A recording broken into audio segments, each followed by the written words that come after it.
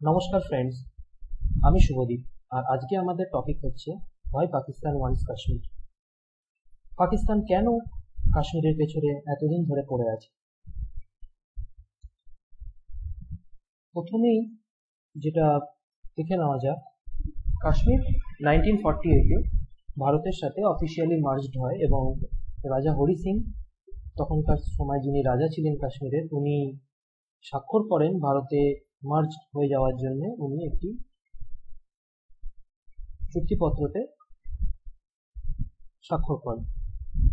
তো সেইভাবে ভারতের একটা স্টেট হিসেবে পরিচিতি পায় কাশ্মীর। কাশ্মীরের জন্য পাকিস্তান বহুবার লড়াই করেছে এবং ভয়ানক সংঘর্ষও হয়েছে ভারতের সাথে। 1948-এ হয়েছে, 1965, 1971 এবং 1999-এর কার্গিল ওয়ার। সেটা আশা করি আপনারা সবাই জানেন। সেটা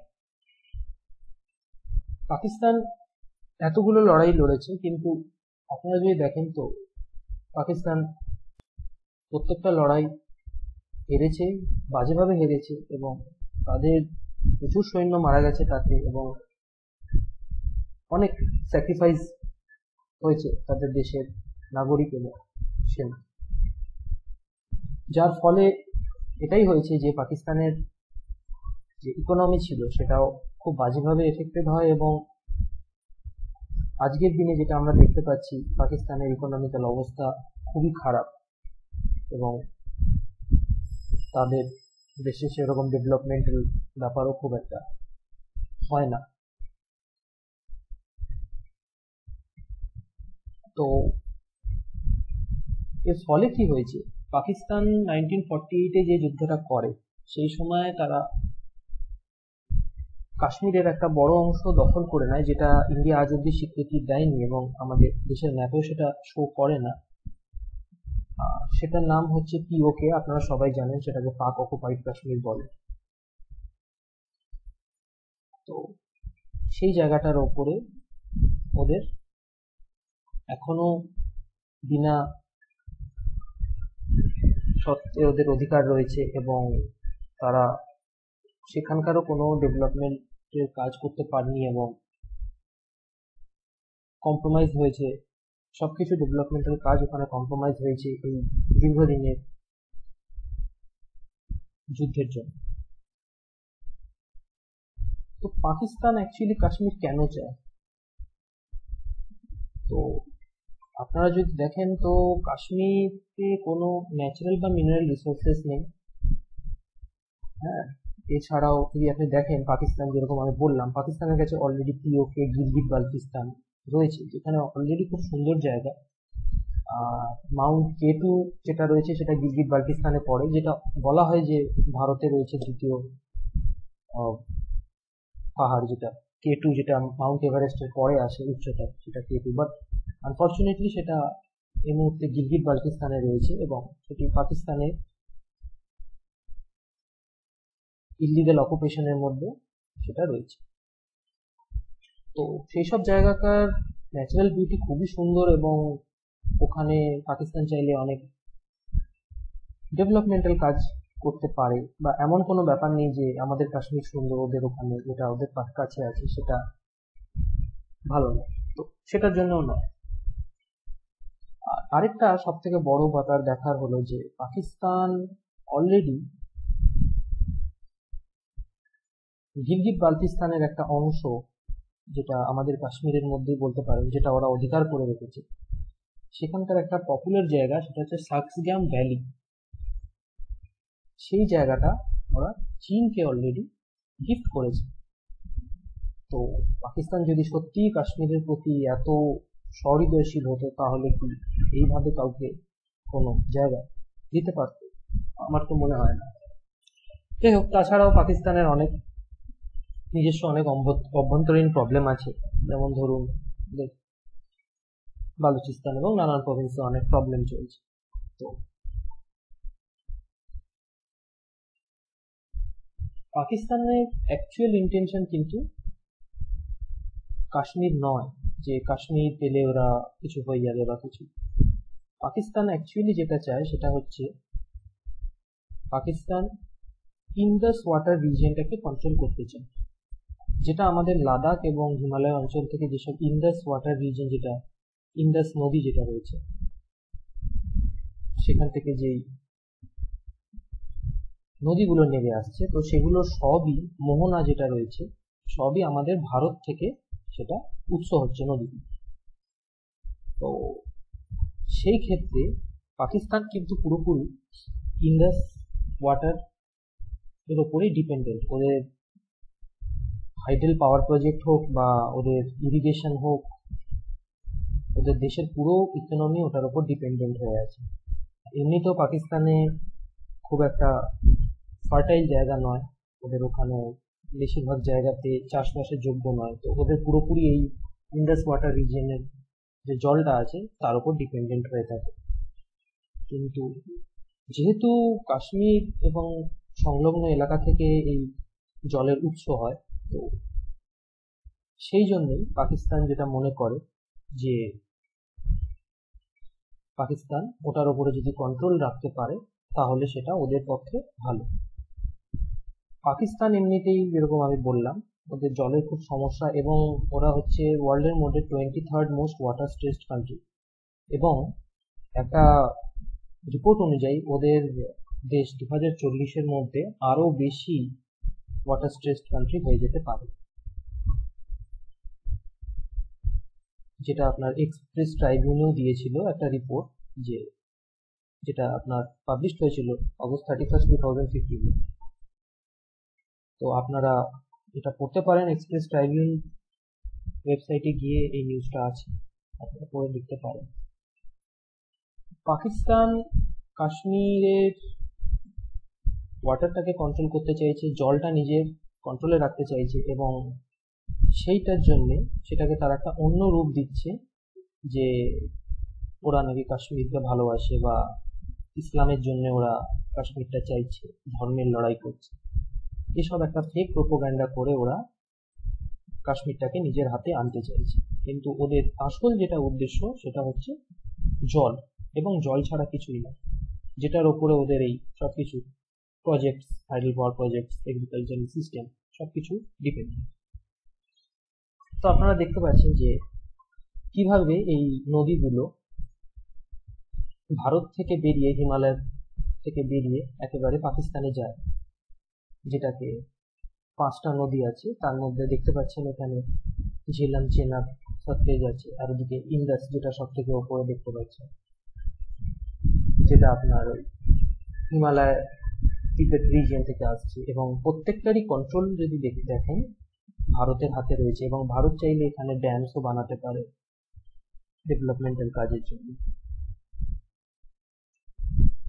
তো সেই কারণে যখন আমাদের দেশ স্বাধীন হয়, তো তারপরে নেহেরু কি করেছিলেন, একটা চুক্তি করেছিলেন, তো ইন্দাস ওয়াটার ট্রিটি নামে যেটা পরিচিত, এবং সেটা স্বাক্ষর করে ওয়ার্ল্ড ব্যাংক, যেটা স্বাক্ষরিত করে ওয়ার্ল্ড ব্যাংকের সামনে, সেটা স্বাক্ষরিত করা হয়, এবং সেটা নেহেরু সেই সময় কি করেন, 80% ওয়াটার, 80% জল পাকিস্তানকে দিয়ে দেন সেই চুক্তি অনুযায়ী, আর 20% ভারত ইউজ করবে। কারণ নেহেরু বুঝতে পেরেছিলেন যে এই জলের কারণে হয়তো ভবিষ্যতে পাকিস্তান ঝামেলা করতে পারে, বড় সমস্যা হতে পারে, সেই জন্য তিনি চেষ্টা করেছিলেন যে এইভাবে যদি জিনিসটাকে ব্যালেন্স করা যায় এবং শান্তি রক্ষা করা যায়, সেই কাশ্মীর এবং বাকি অঞ্চলগুলোতে যাতে শান্তি রক্ষা করা যায়। কিন্তু সেই মতো আমি যদি দেখি আজকের দিনেও পাকিস্তান 89% ইন্দাস ওয়াটারের জল ব্যবহার করছে, কারণ ভারত সেরকম ওখানে কোনো ইনফ্রাস্ট্রাকচার নেই, ড্যামস নেই, বা ধরুন ওখানে কোনো রকম হাইডেল পাওয়ার প্রজেক্ট সেরকম কিছু এখনো হয়ে ওঠেনি, যেটাতে ভারত জলের ওপরে ইয়ে করে নিজের ইউটিলাইজেশনের জন্য কাশ্মীর এবং ভ্যালি এরিয়াতে সেটা ইউজ করতে পারে। তো সেই জন্য কি হয়েছে, পাকিস্তান এখনো ওই জলের 89% ইউজ করছে।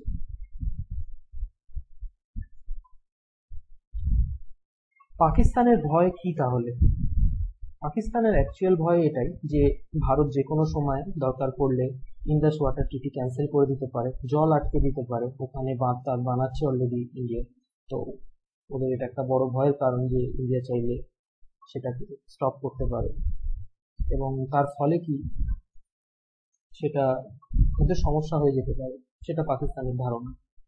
এছাড়াও যদি কখনো যুদ্ধ হয় ভারতের সাথে, তো পাকিস্তানকে স্ট্র্যাটেজিক্যালি কোল্যাপস করার জন্য ভারত কি করতে পারে, জলটাকে থামিয়ে দিতে পারে, বাঁধগুলোকে বন্ধ করে দিতে পারে যাতে ওখানে জল না যায় এবং তাদের পাওয়ার প্রজেক্টস গুলো ব্যাডলি হিট করে যাতে, সেই জন্যে সেটা করতে পারে ভারত।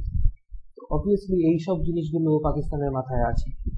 আর তাছাড়াও ভারত যে কোনো টাইমে চাইলে পুরো বাঁধের জল ছেড়ে পুরো পাকিস্তানকে ভাসিয়ে দিতে পারে। তো এইভাবে ভারতের কাছে একটা অ্যাডভান্টেজ থেকে যায় প্র্যাকটিক্যালি, যে ভারত একটা বুলেট খরচা না করে পুরো পাকিস্তানকে রিপিল করে দিতে পারে, প্রায় ধ্বংসের মুখে নিয়ে আসতে পারে, শুধু এই জলকে নিজে কন্ট্রোল করে। এবং সেই কারণেই পাকিস্তানের এত বেশি কাশ্মীর প্রেম, ভালোবাসা। তার জন্য পাকিস্তান কি করেছে, গুপ্তভাবে ফান্ডিং করেছে এই যারা পাথর ছোড়ে, স্টোন পেল্টার্স বা জিহাদিস, যারা কাশ্মীরে আমাদের সেনাদের ওপর কনস্ট্যান্টলি আঘাত হেনেছে, আঘাত হানছে, ইনফ্যাক্ট ডেলি ওখানে সংঘর্ষ হচ্ছে। তো তাদেরকে কি করছে পাকিস্তান, ফান্ডিং করছে যাতে তারা মানে এইভাবে জায়গাতে একটা অশান্তি এবং ডিস্টারবেন্স লাগিয়ে রাখতে পারে। আর তার ফলে কি হবে, যদি অশান্তি ডিস্টারবেন্স থাকে তাহলে ওখানে ড্যাম তৈরি করা বা ক্যানেল বানানো, সেই ইনফ্রাস্ট্রাকচারটা তৈরি করা ভারতের পক্ষে মুশকিল হয়ে যাবে। তার জন্য ওরা অনেক সময় মর্টার শেলিংও করে যাতে বর্ডার রিজিয়নটাকে হট রাখার জন্য। তো এইভাবে পাকিস্তান কি করছে, আমাদের কাশ্মীর এলাকাটাকে পুরো ডিস্টেবিলাইজ করে দিচ্ছে। তার সাথে সাথে ওরা করছে কি, যে ওদের দেশের জনগণ এবং ওদের দেশের একটা আশা থাকছে যে হ্যাঁ ভবিষ্যতে হয়তো আমরা কোনো একদিন কাশ্মীরটাকে পাবো, পেলে এই ওয়াটার রিজিয়নটা আমাদের হাতে আসবে, এই আশা একটা ওদের মনে থাকছে। এটার জন্যই ওরা এইভাবে লেগে রয়েছে। তো আমি যদি ভারতের দিক দিয়ে দেখি, তো ভারতের যথেষ্ট পিসফুল ট্র্যাক রেকর্ড আছে। ভারত কখনো এর আগে এতগুলো যুদ্ধ হয়েছে, ভারত কখনো এইভাবে জল আটকায়নি বা জল ছেড়ে দেয়নি যার ফলে কিছু হয় বা ক্ষতি হয় পাকিস্তান, এরকম কখনো হয়নি। এবং কোনোদিনও ভারত এরকম কাজ করেনি যে জল নিয়ে কখনো কোনো রকম ঝামেলা করেনি। পাকিস্তানের এই ভয়টা অবান্তর এবং ওদের সেটা ভাবা উচিত না। কিন্তু এছাড়াও পাকিস্তানের অনেক ইন্টারনাল প্রবলেম আছে। তো পাকিস্তান কি করে, এই কাশ্মীর ইস্যুটাকে ইগনাইট করে দিলে ওদের সুবিধা এটাই হয় যে ওদের দেশে অনেক রকম প্রবলেম চলছে, সেই দিক থেকে ওরা ওখানকার লোকজনের ধ্যানটাকে অন্যদিকে সরিয়ে আনে। তো যার জন্য ওদের কাছে এটা খুব একটা ইম্পর্টেন্ট ব্যাপার। এইভাবে পাকিস্তান কি করে, ওখানকার জনগণকে কন্ট্রোল করে, যখন মনে হয় ধ্যানটা ওই দিকে করে দেয়। এইভাবে ওরা দিনের পর দিন চালিয়ে যায়। পাকিস্তান একটা ফেইল্ড স্টেট। আপনারা যদি দেখেন পাকিস্তানের একটা ফেইল্ড স্টেট, ওখানে অনেকবার সেনা অধ্যক্ষরা জোর করে সরকারকে দমিয়ে নিজের ক্ষমতায় আসীন হয়েছেন। তো সেইভাবে যদি আমরা দেখি, তো পাকিস্তান একটা ফেইল্ড স্টেট। তারপরে পাকিস্তান থেকে নিউক্লিয়ার সেই চুরি করে, ওখানকার সায়েন্টিস্ট চুরি করে সেটাকে নর্থ কোরিয়াতে বিক্রি করে, অনেক রকম এরকম ঘটনা আছে।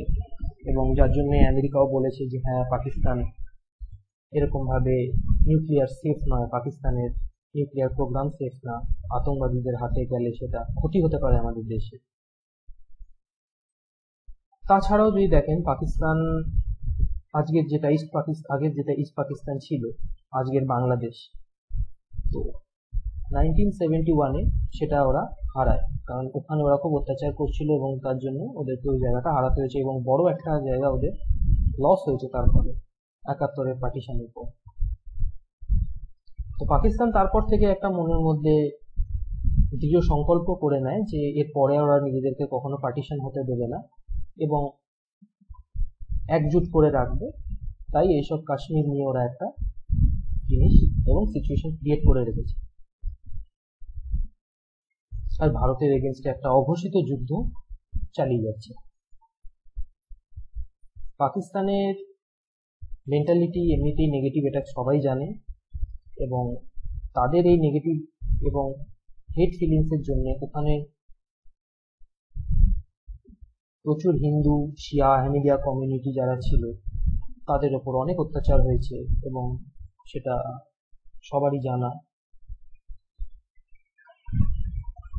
পাকিস্তান 1947-এ যখন আমাদের দেশ স্বাধীন হয়, তারপরে ওরা কি করে, কাশ্মীরের একটা বড় অংশ কবজা করে নেয় 1947-এর শেষের দিকে, এবং 1948-এ পাকিস্তান কি করে, বালুচিস্তানটাকে ইলিগালি কবজা করে নেয়। বালুচিস্তান, যেটা আমি বলি, আপনারা হয়তো জানবেন কিনা আমি জানি না, কিন্তু বালুচিস্তান আগে একটা স্বাধীন রাষ্ট্র ছিল।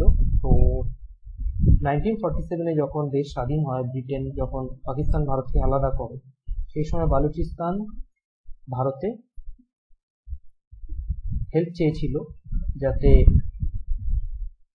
কিছু করে, কারণ পাকিস্তান সেটাকে ইনভেড করে। সেই সময় নেহেরু হেল্প করেনি বালুচিস্তানকে, যদিও বা।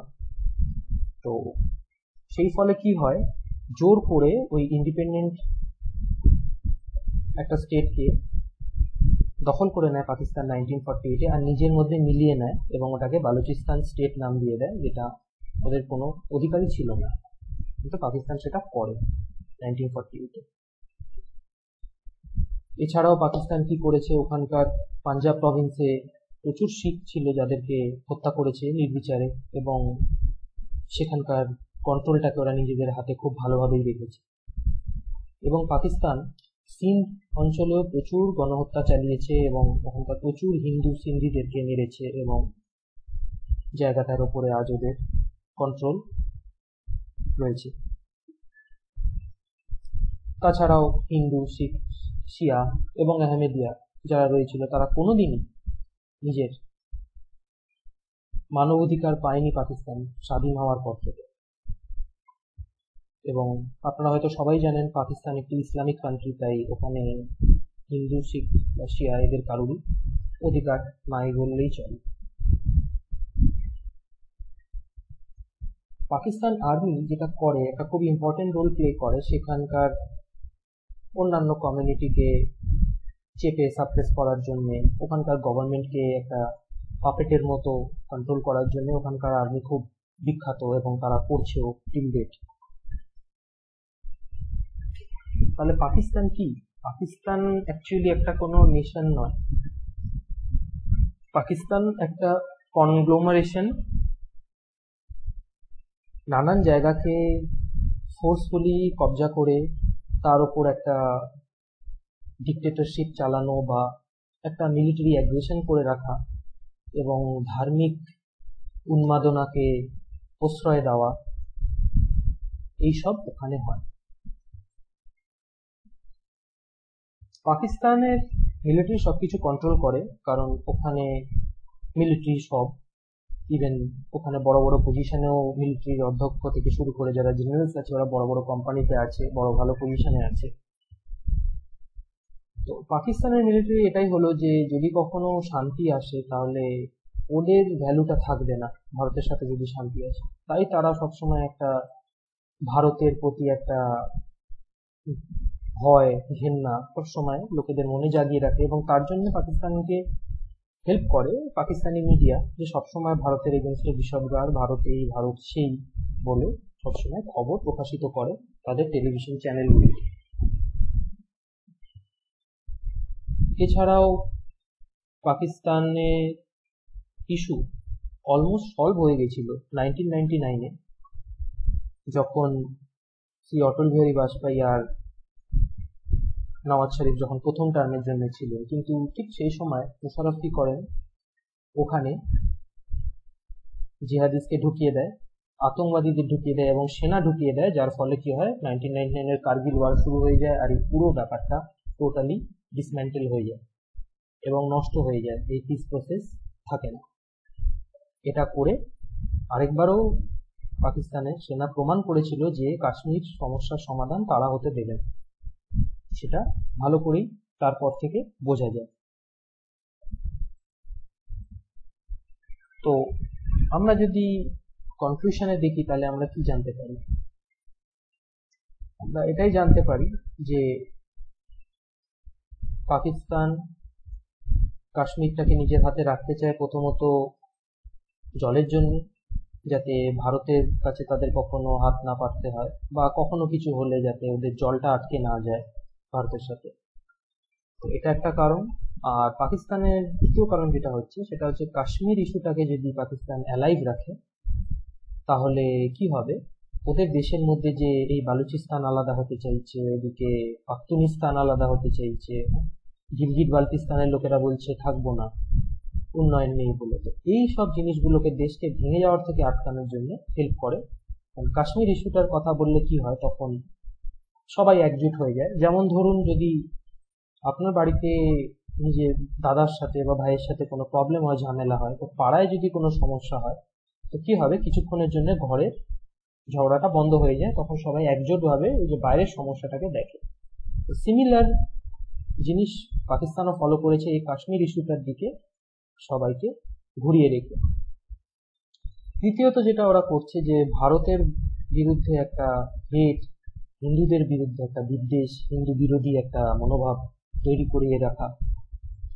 এইভাবে ওরা ওখানকার মুসলমানদের ইউনাইট করার চেষ্টা করছে ভুলভাবে, এবং ইসলামের নামে নানা রকম থিওরি দিয়ে বলতে চাইছে যে হ্যাঁ, কাশ্মীরি মুসলমানদের কথা ভাবো, ওরা কত কষ্টে আছে, এই সব বলে ওখানকার লোকেদের ভরকে এই জিনিসটাকে ওরা চালিয়ে যাচ্ছে, যাতে এই ব্যাপারে সারা দেশের থেকে একটা সিম্প্যাথি পায় যে হ্যাঁ সত্যি পাকিস্তানের সরকার কিছু একটা করছে কাশ্মীরের জন্য, কতভাবে ওরা ইসলাম নিয়ে, ইসলাম বিপদে পড়ে গেছে, ইসলামকে বাঁচাতে হবে, এই সব নানান জিনিস নিয়ে তারা এটাকে যাতে করতে পারে। তো সেই জন্য কি করছে, পাকিস্তানের গভর্নমেন্ট এই জিনিসটাকে প্রশ্রয় দিয়ে যাচ্ছে এবং চালিয়ে যাচ্ছে দিনের পর দিন। আর তাছাড়াও পাকিস্তানের সেনা, যেটা কারণ, আরেকটা কারণ, পাকিস্তানের সেনার এই কাশ্মীর ইস্যুটাকে বাঁচিয়ে রাখা দরকার, তাহলে ওরা পুরো এরিয়াটার ওপরে নিজের ডমিনেন্স রাখতে পারবে। পাকিস্তান ইনক্লুডিং পাক অকুপাইড কাশ্মীর, পুরো জায়গাটার ওরা ওপরে নিজের কন্ট্রোল রাখছে, লোকেদেরকে একটা জায়গার ওপরে ভুলিয়ে রেখে, একটা জায়গার ওপরে ইনভলভ করে রেখে মেন্টালি। তো এই সবগুলো নানানভাবে ওরা চালিয়ে যাচ্ছে দিনের পর দিন কাশ্মীরে নিজের কন্ট্রোল রাখার জন্য।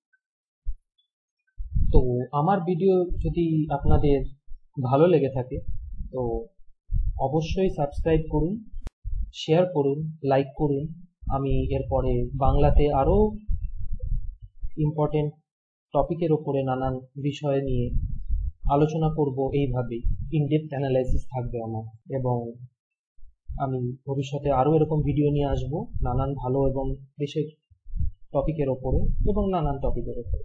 তো আপনারা প্লিজ লাইক, শেয়ার এবং সাবস্ক্রাইব করুন আমার চ্যানেলটিকে, এবং পরের ভিডিও খুব শিগগিরই আসবে। Thank you. জয় হিন্দ, বন্দে মাতরম।